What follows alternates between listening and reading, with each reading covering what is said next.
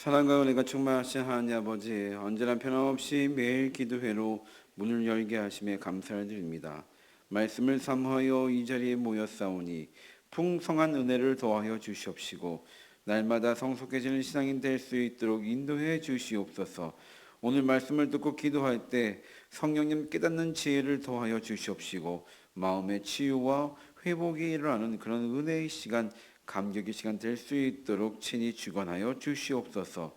오늘 하루도 기쁨과 감사가 넘치는 하루로 인도해 주실 것을 믿으며 이 모든 말씀 거룩하신 예수님의 이름으로 간절히 기도드립니다. 아멘. 다같이 찬송가 446장 찬양하신 후에 최경숙 권사님 기도해 주시겠습니다.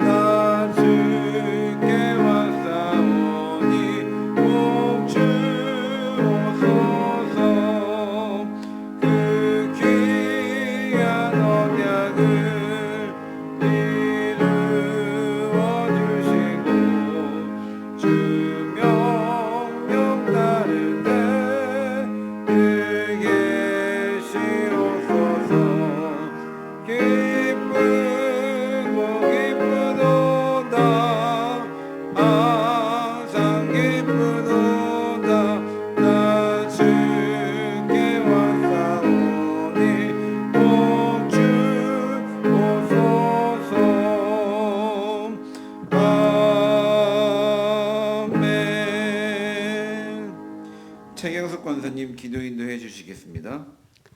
사랑의 하나님, 오늘 또 하루를 주셔서 예배 자리에 있음에 감사합니다. 어둠에서 빛으로, 사망의 권세에서 하나님의 자녀로 부르심에 더욱 감사합니다.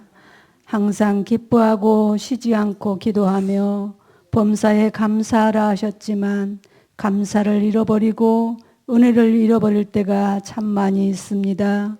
용서하여 주시옵소서. 느헤미야와 같은 선조들의 믿음이 본받아 우리나라를 향한 하나님의 뜻을 아버지 하나님 힘입어 있게 하시고 한국 교회와 또한 우리 교회 우리가 항상 깨어 있게 하여 주옵소서. 하나님, 교회가 계획하고 있는 주일학교 수련회, 단기 선교, 회의 선교, 기도로 준비하는 지체들에게 영육의 강건함과 평안함을 주셔서 서로에게 주어진 달란트대로 협력하여 선을 이루는 공동체가 되기를 성령님 도와주옵소서. 질병과 하나님 또한 환난으로 힘들어하는 지체 주님의 자녀들이 있습니다. 힘과 능력으로 치유함을 얻게 하시고 하나님, 정말 무엇보다도 성령님이 그들의 마음을 붙들어 주시어서 낭망하지 않게 하여 주시옵소서. 이 시간도 세우신 목사님 영육의 강건함을 주옵소서.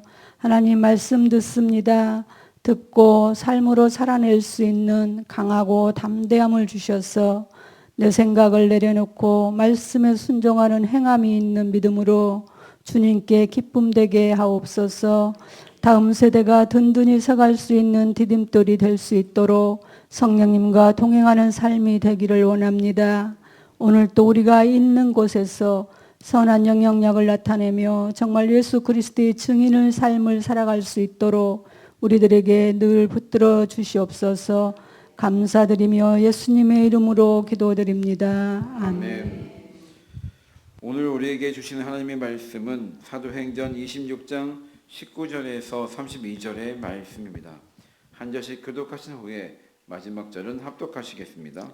아그리빠 왕이여, 그러므로 하늘에서 보이신 것을 내가 거스리지 아니하고 먼저 다메섹과 예루살렘에 있는 사람과 유대 온 땅과 이방인에게까지 회개하고 하나님께로 돌아와서 회개에 합당한 일을 하라 전함으로 유대인들이 성전에서 나를 잡아 죽이고자 하였으나 하나님의 도우심을 받아 내가 오늘까지 서서 높고 낮은 사람 앞에서 증언하는 것은 선지자들과 모세가 반드시 되리라고 말한 것밖에 없으니 곧 그리스도가 고난을 받으실 것과 죽은 자 가운데서 먼저 다시 살아나사 이스라엘과 이방인들에게 빛을 전하시리라 함이니이다 하니라. 바울이 이같이 변명하며 베스도가 크게 소리내어 이르되 바울아 내가 미쳤도다 내 많은 학문이 너를 미치게 한다 하니 바울이 이르되 베스도 각하여 내가 미친 것이 아니요 참되고 온전한 말을 하나이다. 왕께서는 이 일을 아시기로 내가 왕께 담대히 말하노니 이 일에 하나라도 아시지 못함이 없는 줄 믿나이다. 이 일은 한쪽 구석에서 행한 것이 아니니이다. 아그리빠 왕이여 선지자를 믿으시나이까 믿으시는 줄 아나이다. 아그리빠가 바울에게 이르되 내가 적은 말로 나를 권하여 그리스도인 되게 하려 하는도다. 바울이 이르되 말이 적으나 많으나 당신뿐만 아니라 오늘 내 말을 듣는 모든 사람도 다 이렇게 결박된 것 외에는 나와 같이 되기를 하나님께 원하나이다 하니라. 왕과 총독과 번이게와 그 함께 앉은 사람들이 다 일어나서 물러가 서로 말하되 이 사람은 사형이나 결박을 당할 만한 행위가 없다 하더라.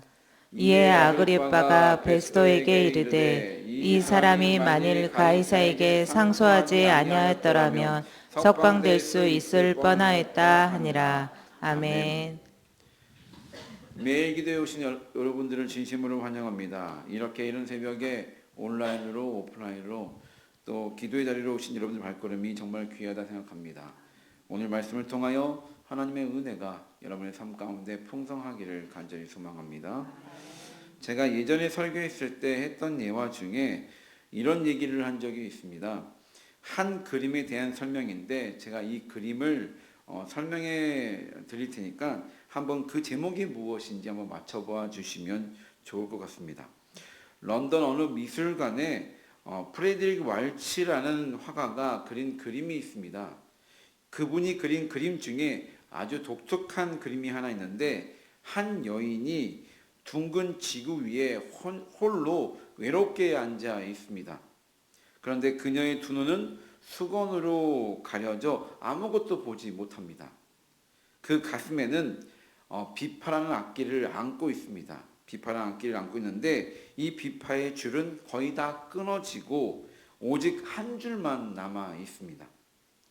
그런데 뭔가 열심히 연주할 수 없는 상태임에도 불구하고 뭔가 열심히 연주하려고 그런 행동을 취하고 있습니다. 그 뒤에 그녀의 그 여인의 뒤의 배경은 깜깜합니다. 깜깜하고 아무것도 안 보이는데 저쪽 구석에 오직 별 하나만 반짝이고 있습니다. 이 그림의 제목은 무엇일까요? 예, 맞습니다. 소망입니다. 왜 소망일까요? 그 그림 속 그녀의 인생은 햇볕도 잃고 달빛도 잃어버렸습니다. 게다가 눈마저 보이지 않습니다. 거기다 모든 것이 다 끊어져 버린 비파를 들고 있습니다. 그러나 그 비파의 한 줄, 그 남아있는 한 줄은 그 한 줄의 이름은 바로 소망의 줄입니다. 그 한 줄로 아름다운 음악을 연주하는 그림이라는 것입니다. 그리고 모든 상황이 깜깜하고 어둡더라도 무엇은 반짝이고 있습니까? 아름다운 별 한 개는 반짝이고 있다는 것입니다. 다시 말해 그 여인은 마지막 남은 비파줄, 그 소망의 줄을 붙잡고 연주하는 중이라는 것입니다. 그리고 아주 깜깜한 밤일지라도 내 상황이 어떤 상황일지라도 어떤 환경 속에 처해 있을지라도 상관없이 소망의 별은 언제나 반짝거린다는 것입니다. 다시 생각해 보니까 제가 설명해 드린 이 그림이 소망의 그림이 맞구나 느껴지지 않습니까? 이 그림을 통해 그 당시 절망에 빠진 많은 사람들의 생명을 구할 수 있었다고 합니다. 이 세상에서 가장 단단하게 힘있게 살아가는 사람은 소망을 품고 사는 사람입니다. 소망은 우리가 어떤 상황 속에 있을지라도 우리를 끌고 가는 힘이 있습니다. 세상의 많은 위인들의 삶 자체가 그런 모습을 보여주고 있습니다. 러시아 작가 사람이며 사람은 무엇을 사는가 라는 글을 쓴 사람이 있습니다. 누구인지 아십니까? 톨스토이라는 사람입니다. 이 톨스토이는 대학생활 내내 낙제 점수를 받았다고 합니다. 그래서 교수님은 그를 향해서 이렇게 말을 했습니다. 배우기를 포기한 젊은이, 소망이 없는 젊은이, 그렇게 말했습니다. 그 누구 하나 기대하지 않는 그런 사람이었다라는 것입니다. 그러나 성경에서 지혜를 얻은 그는 전쟁과 평화, 사람은 무엇으로 사는가 등등 수많은 명작을 남길 수 있었다는 것입니다. 말씀을 통해 소망을 발견했기에 이룰 수 있었던 업적이었습니다. 아인슈타인 잘 아시죠? 아인슈타인은 선생님으로부터 정신 발달이 느리고 환상에 사로잡힌 아이라고 그렇게 무시받았습니다. 그리고 조각가 로댕 아시죠? 로댕은 자꾸 학교를 떨어지니까 그의 아버지가 그에게 이렇게 말을 했습니다. 이런 바보가 왜 우리 집에 태어났는가? 그렇게 하며 굉장히 비탄해하면서 그 자신의 아이임에도 불구하고 멸시하고 구박하기에 그 모습을 계속해서 보여왔다라는 것입니다. 그러나 제가 얘기한 인물들은 세계에서 가장 큰 영향력을 끼쳤던 사람들입니다. 이런 결과들이 가능했던 이유가 무엇입니까? 절망 속에서도 소망을 바라보며 나아간 사람들이었기 때문입니다. 오늘 말씀 속에 등장하는 바울도 그런 모습을 보여주고 있습니다. 3차 전도 여행 후 체포됐습니다. 그리고 체포돼서 로마 선교 여행을 가기 전 재판받는 과정 중 벌어진 일들이 오늘 말씀의 내용입니다. 로마로 이송되기 전에 그곳의 통치들 앞에서 변론하고 설교하고 있는 내용이 오늘 26장에 담겨져 있습니다. 도대체 바울은 무슨 생각이었기에 이런 모습을 보인 것입니까?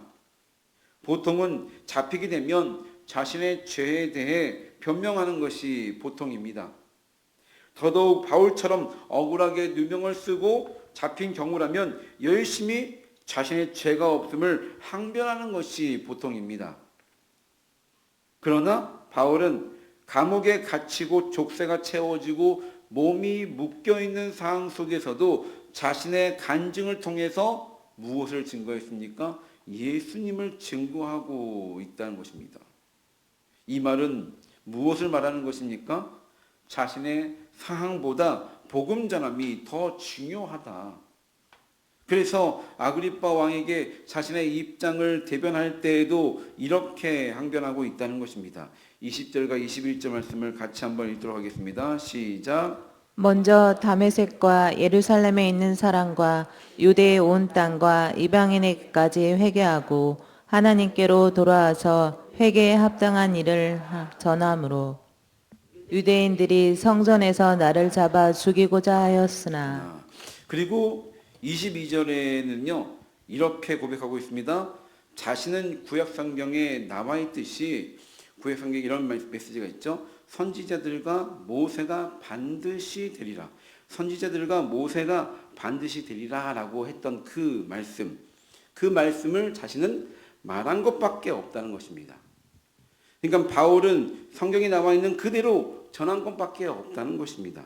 그래서 23절에 보시게 되면 이렇게 기록되어 있습니다. 곧 그리스도가 고난을 받으실 것과 죽은 자 가운데서 먼저 다시 살아나사 이스라엘과 이방인들에게 빛을 전하시리라 함이니이다 하니라.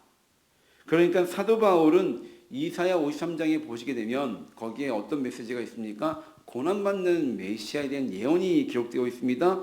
그 예언이 나와 있는데 그걸 바르게 선포하고 말한 죄밖에 없다는 것을 증명하고 있다는 것입니다. 자기는 그것을 고난받는 그리스도에 대한 부분을 전했을 뿐이라는 거죠.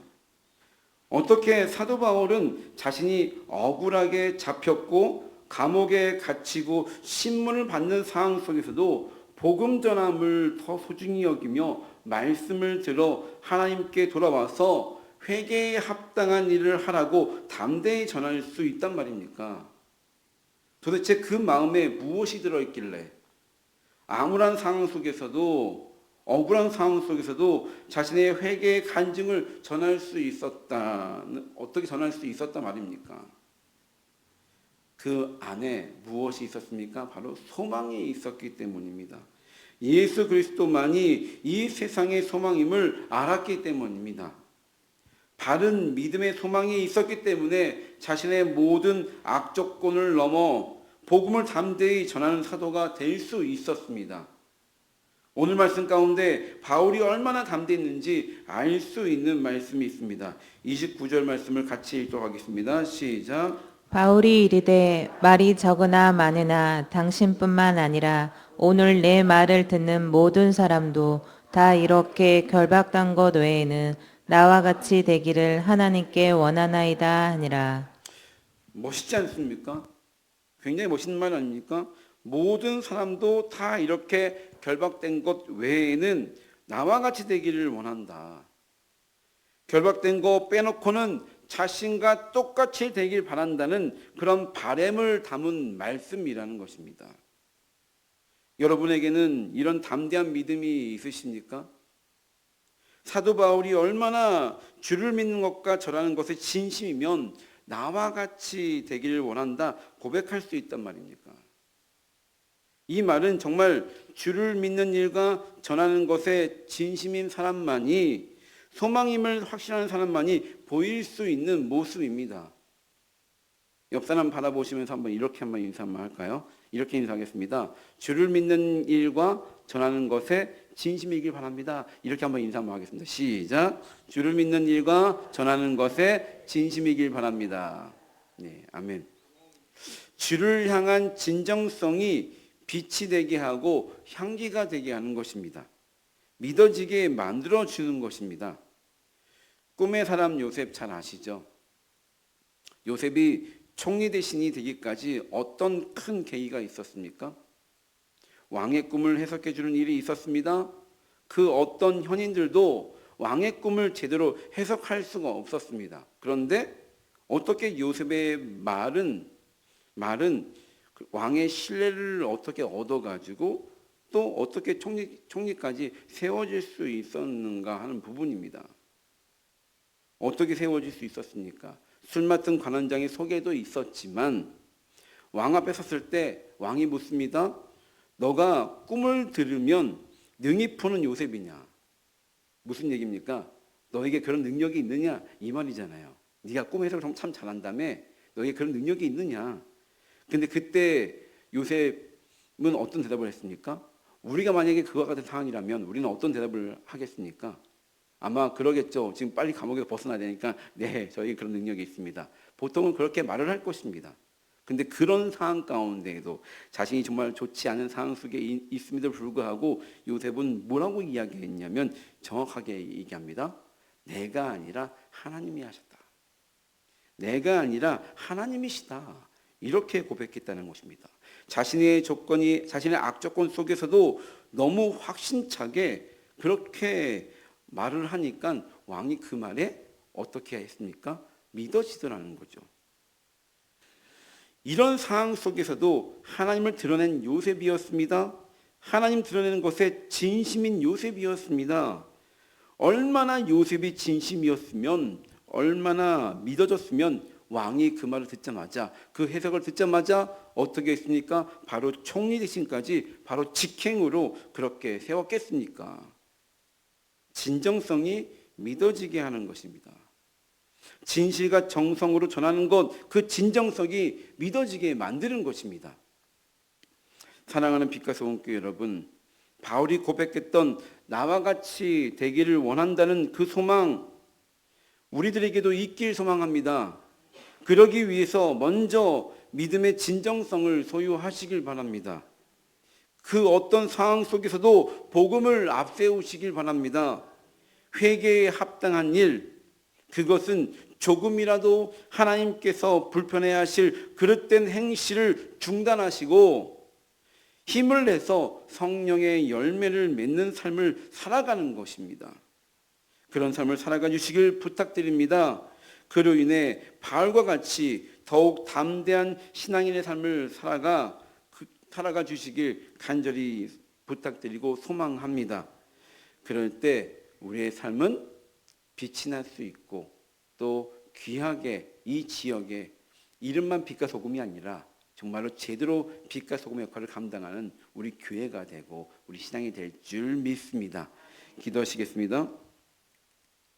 사랑과 은혜가 풍성하신 하나님 아버지, 바울은 말도 안 되는 억울한 상황 속에서도 오직 복음을 전함밖에 없었습니다. 결박된 것 외에는 나와 같이 되기를 바란다는 그런 고백, 우리도 그런 고백을 할 수 있길 원합니다. 예수 그리스도만이 소망임을 확신해 담대히 전하는 우리 모두가 되게 하옵시고, 어떤 상황 어느 곳에 있을지라도 주님만이 소망임을 확신해 담대히 전하는 저희들 모두가 될 수 있도록 붙들어 주시옵소서. 오늘 하루도 회개에 합당한 일을 하길 원합니다. 주님을 당당히 드러내길 원합니다. 부끄러움 없는 그런 신앙인 되게 하옵시고 성령의 열매를 맺는 하루가 될 수 있도록 인도하여 주시옵소서. 오늘 하루도 주님만이 소망임을 드러내는 하루로 인도해 주실 것을 믿으며 이 모든 말씀 거룩하신 예수님의 이름으로 간절히 기도드립니다. 아멘.